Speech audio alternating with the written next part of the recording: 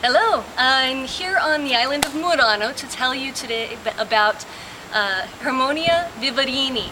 And I picked this spot in particular because this long street here is the Calle Vivarini, and this small street here is another small street named Vivarini. Now, if you kind of look behind me, you'll see all of the buildings here are really quite modern. So this is not the house that she lived in. But this area is named after her, mostly her family. We know about her because her father and uncle were famous painters. The Vivarini family are very well known for their paintings, which are all over the churches and the museums in Venice. But I'll tell you about Hermonia.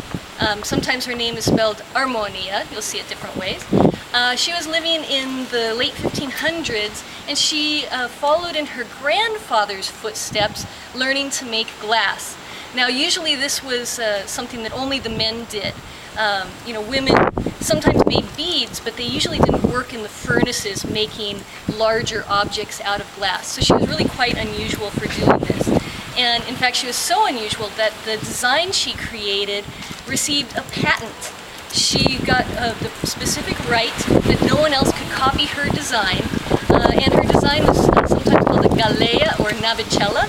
It looks like a boat with little sails on it and sometimes a serpent, something like that, on a stand.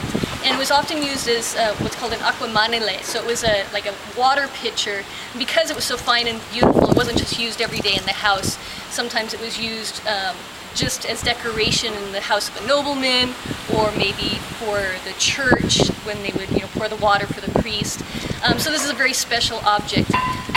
We know about her navicella from the law records, the records that gave her the patent, and also the diary of Marino Sanudo.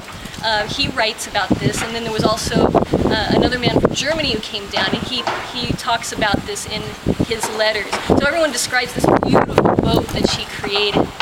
The sad thing is, it was such a fragile piece, none of them have survived to this day. But we do have two copies of it here in the Museo Vetro in Murano, and they were both made in the 1800s. So quite a bit later, a few hundred years later, but they copied her design. And so that's how we know basically what this looked like, plus the diary and letters.